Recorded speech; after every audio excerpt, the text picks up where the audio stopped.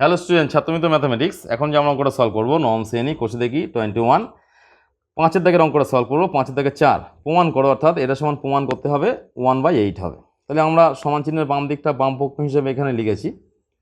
এবার দেখো log x square এখানে থাকছে, এখানে এক্স আছে, এখানে এক্স স্কোয়ার আমরা করে নিলাম। বেজের সাথে পাওয়ারটা সমান করার জন্য এক্স স্কোয়ার করে এখানে হাফ গুণ করেছি।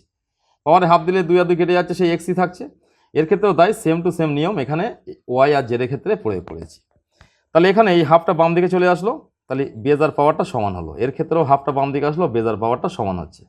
এর ক্ষেত্রেও হাফটা বাম দিকে আসলো, বেজ আর পাওয়ারটা সমান করে নিলাম। তাই এখানে 3টে হাফ ছিল, গুণের আকারে বসিয়ে দিয়েছি। আর বেজ আর পাওয়ার সমান হলে কী হয়? 1 হয়। এই 3টে 1 এখানে পাশাপাশি বসে যাচ্ছে। তাহলে এখানে ওপরের 1গুলো গুণ করলে 1 হলো, 3টে 2 গুণ করলে 8 হলো, অর্থাৎ 1-এর 8 এখানে প্রমাণ করতে বলেছিল, 1-এর 8 প্রমাণ করতে হবে। তাই কত সহজ পদ্ধতিতে আমরা অঙ্কটা সলভ করেছি। এইভাবে সহজ পদ্ধতিতে অঙ্ক শিখতে গেলে, জানতে গেলে ছাত্রমিত্র অ্যাপটি ইনস্টল করতে হবে। তাহলে তোমার ক্লাসের সমস্ত অঙ্কের সমাধান এই অ্যাপের মধ্যে থেকেই তুমি পেয়ে যাবে।